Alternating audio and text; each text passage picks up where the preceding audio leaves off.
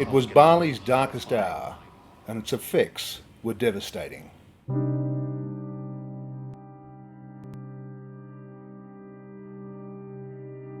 After the bombings of 2002 and 2005, the world began to have second thoughts about Bali.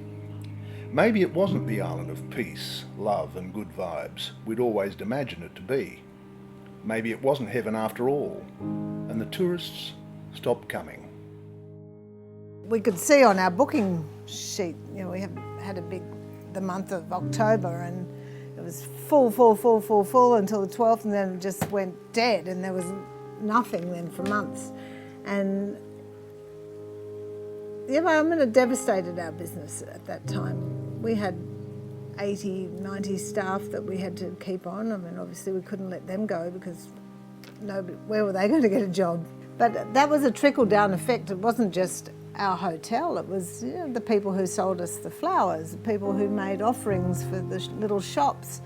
It trickled right down to people who grew tomatoes. It touched everyone in Bali. It didn't just touch businesses, it touched every single person.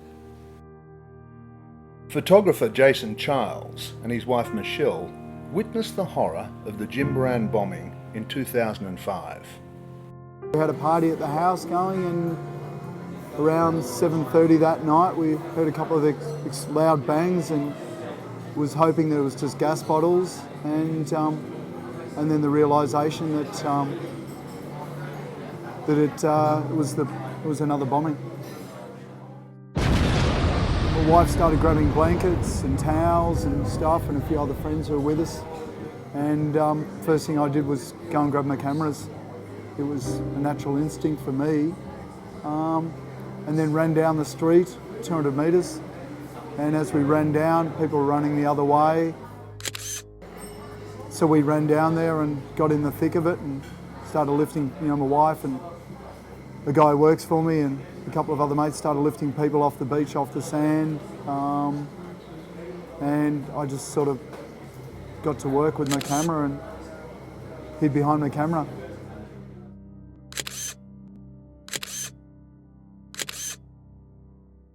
In fact, the history of this timeless island has always been peppered by contradiction, a place where peace and serenity walk hand in hand with bloodshed and chaos.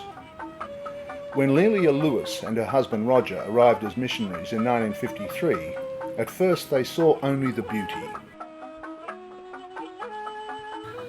That was when Bali was Bali. We loved to go down where the fireflies were and just watch them dancing around. Now, no fireflies. At night, I'd often hear the flute. I don't hear that anymore. I don't know whether it's not played or it's drowned out by motorbikes.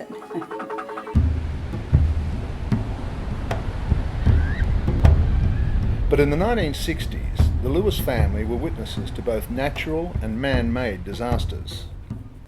It was a Sunday, I remember. It erupted with great violence, and things went dark. And then the ash came down. And the people who were still on the slopes of Mount Agung, who had not evacuated their houses, many were just wiped out like that. And our family, we didn't know it at that time, but were on the blacklist to be wiped out with many others. And they started in Bali after they'd been to Java. Meanwhile, communication was cut off between all the islands because they didn't want news that they were doing from island to island. And they would say that person is a communist. That was enough to be picked up. And that's the time when we saw corpses on the road. We had people come to us for refuge. It was a tense time. It was a tense time. It was December 1965. I was a 9-year-old boy. We were living in Klungkung at the time in this old Dutch colonial house. And this man came sneaking into our front room Our windows were shuttered and closed, and outside the killing teams were marching. And I didn't exactly know what was going on, but I figured out as my parents talked to him that this was a leftist, if not a communist, who was seeking shelter with my parents from the death squads that were after him. He was a hunted man. And what I remember about that scene, I remember him being marked with his gray, awful pallor, but what has stuck with me all these years was how the man stank. It was just this raw, skunky smell of a man being hunted for his life. It's unlike any other body odor that I've ever smelt ever. It's just a totally different stink, you know? If you're scared of your life, something is going on in your body, and he's just reeked of it, a fright. Tourism in Bali began almost a century ago and had its first golden age in the 1930s when artistic communities flourished in Ubud and Sanur, and celebrity visitors like Charlie Chaplin helped put it on the world stage. But from the time of Japanese occupation until the middle 1960s, Indonesia's violent struggles kept visitors away. Once the international airport opened in 1969, hippies on the overland dope trail and surfers who had heard rumours of perfect waves ushered in the new era of tourism. Long considered a place of ill winds and bad spirits, Kuta Beach boasted 2 hotels as far back as the late 1930s. But it never really hit the tourist radar until the new era of hippies and surfers in the 1970s. Born in Bali in 1956, Dick Lewis remembers a Kuta we can't even imagine today. Even as a young kid, a 9-year-old kid, 10-year-old kid, you know, we loved to body surf. We just figured it out on our own. And we weren't the only ones doing it. You know, there were the Kuta boys down there by where the hotels are now to the left. You know, they would be frolicking in the waves too. One day Dick saw something at Kuta Beach that rocked his world. And then I just stopped in my tracks because I was seeing something that to me defied all logic, and that was kind of like a guy kind of like walking or running on water. It sounds ludicrous for me to describe it like that, but if you've never ever seen it and you've never ever even imagined that such a thing was possible, you know, you're just blown away. It just doesn't compute. Okay, so I just sat down with my brother and watched this guy ride his board, go surfing, and with dozens and dozens of the other local villagers, they all came out from the grommets to their elders, just to watch this guy surfing, because nobody had ever seen it before. It was just quite an amazing spectacle.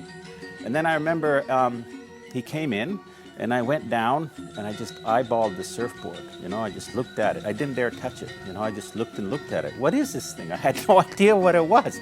And then the next day, the very next day, I remember this very clearly. I went to a local carpentry shop in Denpasar, and I got the biggest tank of wood I could find, which was about a 100-pound piece of teak.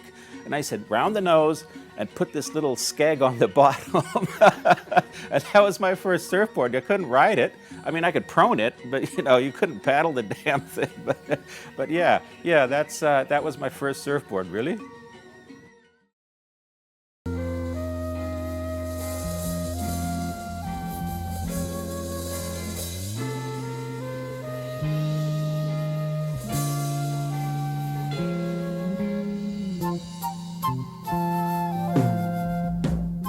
In 1972, a movie called Morning of the Earth showed the pristine perfection of the waves on Bali's Bukit Peninsula for the first time, and within months, the stampede was on. I'm pretty sure Claus said at Bell's, there's these $2.99 return tickets to Bali. And by the time we got there in May 1974, there was like, 15, 16 guys. And latterly, Jack McCoy had said to me, Max, Wayne Lynch hasn't been in any movie for a couple of years, and take him. So I took him for $2.99 and no contract signed, and he was great to work with. I just followed him around. Luckily the Balinese, we paid them 50 rupees or something, and they carried our boarding. And then the Americans started to do it, and they paid them more money, which mucked up the deal. It started out as being a cigarette in the beginning. They'd gladly do it. You know, elderly gentlemen. In our film, we've got Grandpa Windrow, an 80-year-old man who was still healthy enough at that stage of his life to be able to carry boards and be competing with the grandchildren and things like that for the opportunity. It was work. The Hindu culture and how that created their consciousness was just not so much so foreign, it was so refreshing. We'd go up there from our lives, whichever countries we came from, with flat batteries, and just by being there and being around their positive, the beauty of the girls doing the offerings, and their belief system was totally foreign to us, but also totally intoxicating, because we could see we had it all. We were riding motorbikes and going surfing. They were out there working in the fields all day, but they had happiness. I was one of the Morning of the Earth generation too. And when we came out here in 1974, in my case for the first time, you couldn't stay out here. There wasn't even anywhere to eat. A few of the local kids with drink buckets on their heads and a few little snacks, that was about it. And we used to hang out at the little compound a couple of kilometres back off the beach, and we got to know the people there and really fell in love with the rural lifestyle out here.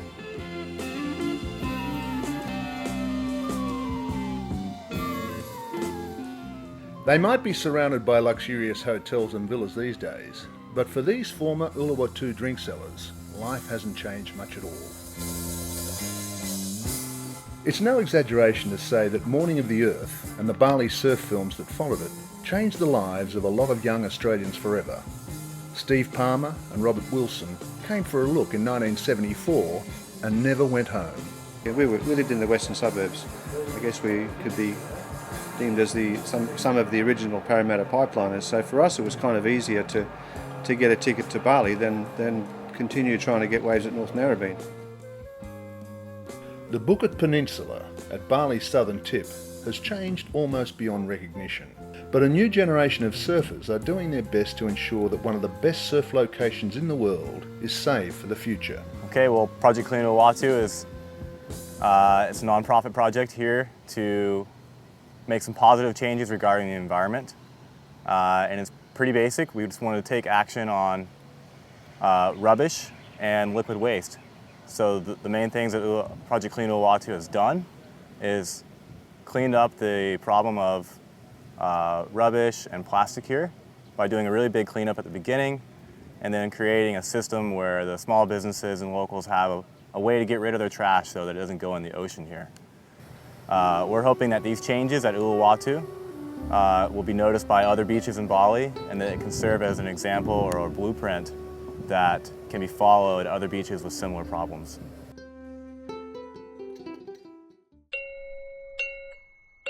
In 1973, this was the place to be seen, Kojarin. Everybody was here.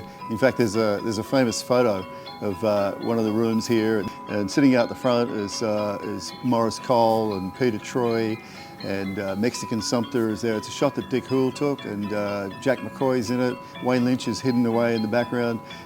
So many people who were the first to come after Morning of the Earth in 1973. I first came here with the Rip Curl crew in 1974, and I stayed in a room pretty much like this one. Tea and bananas for breakfast every day, but it was perfect. It was just exactly where we wanted to be. We had Kuta Reef up there, we had waves out front, and it was just paradise. Just a couple of sandy lanes at the start of the 1970s, Kuta soon became a hub of simple cafes and what passed for nightlife back in the days before the village had electricity.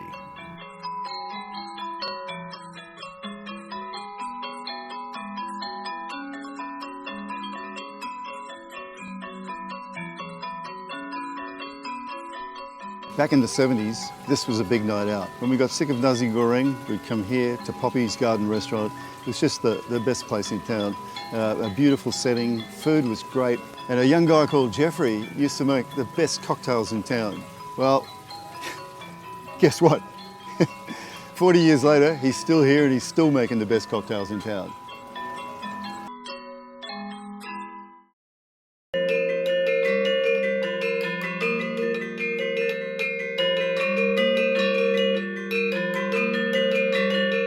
Tourism began to change the Balinese rural lifestyle right from the start, for better or for worse. But in the modern era, the changes have been huge and fundamental. Somehow, within their simple compounds, often surrounded by Western villas, Balinese families live out their daily rituals and ceremonies as though nothing had ever happened.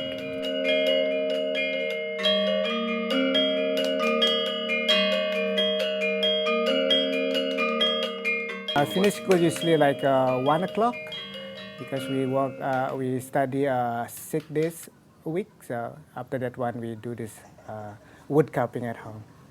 Yeah. And after I'm growing like in senior high school, like about 17, my dad told me to sell the wood carving also in the hotel to help him, and then then I can make more money for selling the wood carving in the hotel, and then we start my family a little bit wealthy. Yeah, we can make better house, and then But when the bombings put tourism on hold, it was the Balinese whose businesses suffered most. Some like Wayan, Agus, had to find work on the other side of the world to keep their family afloat. Once, it was only the Kuta cowboys who romanced the tourist girls. But intermarriage between Balinese and Westerners soon became quite common, with strong and lasting relationships often teamed with joint success in business. For Jero Azri Kurtiasa, life is further complicated by the fact that she is married to the Prince of Ubud. As it goes on, longer and longer, the cultural differences become more apparent, and obviously there are huge cultural differences. I juggle my life with precision timing usually, and I guess some parts of it I don't do so well. Bali has grown so fast that it's sometimes difficult to find the parts of it that enchanted you in the first place. But writer Diana Darling has found a haven in the Ubud family compound she shares with her husband, Agung. I think that the modern buildings are better than, for tourism, are better than they were perhaps 20 or 30 years ago, in that they're just more comfortable. And they're reflecting the taste not just of foreigners, but of anybody. I mean, you want an option of air conditioning or being out in the open air, and the new buildings offer that. As far as design goes, I know that there's this pressure to make new architecture somehow a la Balinese, but that's wishful thinking in a way, because Balinese architecture is composed of lots of separate units. You don't put everything under one roof. Even this house is all under one roof. As the numbers of tourists and the Western expat community have grown, so too have the problems they face. Richard Flax has lived in this island of calm in the middle of chaotic Legion for more than 30 years. The density of traffic is 10 times worse than it ever was. The fact that they are not required to show any kind of evidence of the fact they've ever driven anything apart from a push bike, and that they can be brain dead, drunk, or both, and they seem to have no sense of, what was your common sense possibly? It's getting worse. 2 days ago, serious head injuries. Today, 2 missing. It's really becoming quite catastrophic.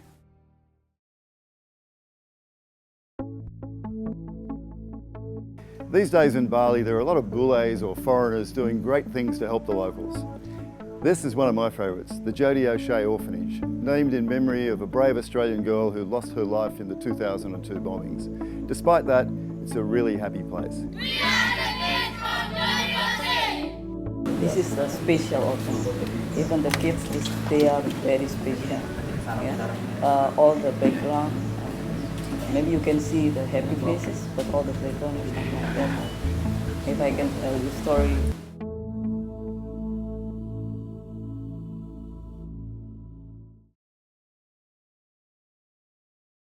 Bali today, too much of everything, and yet the tourists still come. And for those Westerners who live here, there are still ways to find the Bali you fell in love with. Come to realise that this is really, it's been our home for 2/3 of our lives, and we've come to appreciate what Bali in Indonesia is, and and certainly it's given us an opportunity to explore and to do things we wouldn't have otherwise done. I think if there's any regret, probably the biggest one is insufficient infrastructure planning. To the point that sometimes I wonder if there is any actual planning for things that are going to happen, as opposed to catch up after things happen. That's a big one. I think the reality it is having 2 children and not from a mixed marriage, that they need to go back to Australia, they need to make their own sandwiches, do their own cooking, do their own cleaning. They need to realise that the life that they've led in Bali is a pretty privileged life. I feel very lucky to bring my 6-year-old son up in Bali, specifically Panga. It's just a great community, we have a great school, and yeah, a great community of expat kids and local kids and mixed kids, which is what he is. Generally, I feel like the vibe's pretty mellow here. If you compare it to something like Hawaii, you know, I think the vibe in Bali is much more like peaceful and easygoing. The locals are not as aggro. They're pretty like easy to invite you into their spot and share waves.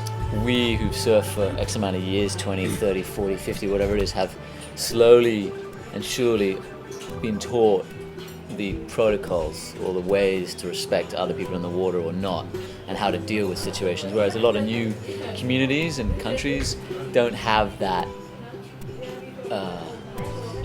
understanding of the etiquette. Certainly the dogs are more prosperous. They used to be skinny, now they're fat. And I suppose that's a sign of how the tourism boom has trickled down to the population. The bad things are, of course, that technology is crowding out the old way of life. People used to spend their evenings talking to each other, now they spend it watching television. This isn't Bali's fault, this is just part of the way the planet is evolving. If it were better governed, of course, maybe the transition would be smoother. The Dutch imposed tourism on Bali, and the idea was that they were going to show a living culture, but this has always been Bali's problem. How do you freeze something and exhibit it and expect it to stay alive?